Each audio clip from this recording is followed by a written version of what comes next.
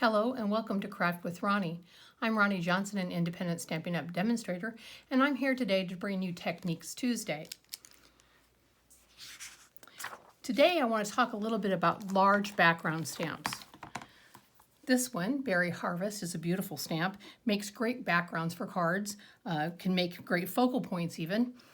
The problem is a lot of times these stamps are really hard for somebody like me that has arthritis in their hands to stamp. So I want to show you a little tip about how to do this so that you don't struggle quite so bad. Okay, I'm going to put it right onto my work surface rather than on a block. Instead of trying to take the block to the paper, I'm going to take the paper to the block.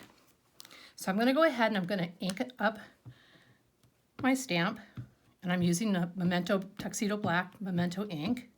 It's one of my favorites, especially for coloring with our Stampin' Blend alcohol markers. It just gives such a nice crisp image. Okay, now I'm simply going to lay my cardstock down. I'm going to grab a piece of plain white bond paper, be scrap paper, anything you've got, put it over top of it so I don't end up with my hands full of ink, which has happened a time or two. And I'm just going to make sure I put even pressure all over to make sure that that stamp gets transferred, that image gets transferred onto my cardstock everywhere. Once that's done, I'm going to lift off the paper and I'm going to pick up my image. Pretty quick and easy. Now we're going to clean our stamp up. This is a Stampin' Up! Chamois. It's a great little tool. Mine looks pretty awful. It gets used a lot.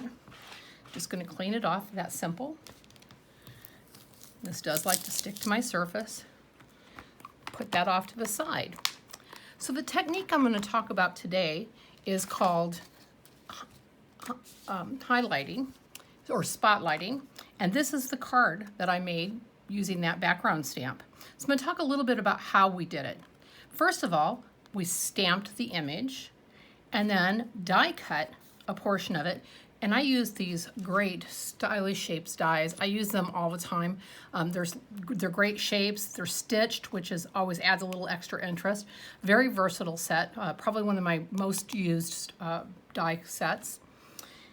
And I die cut the image out, and then I took the next largest circle and I die cut out the black so that I could pop it. And that pop brings that image into highlight. So once I had that cut out, and through the magic of video, we have that all done, I just simply colored it. So for my leaves, I started with a little bit of this new wild wheat.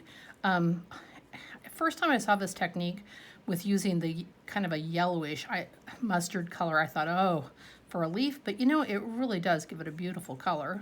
So I'm just gonna put that around the edge of my leaf.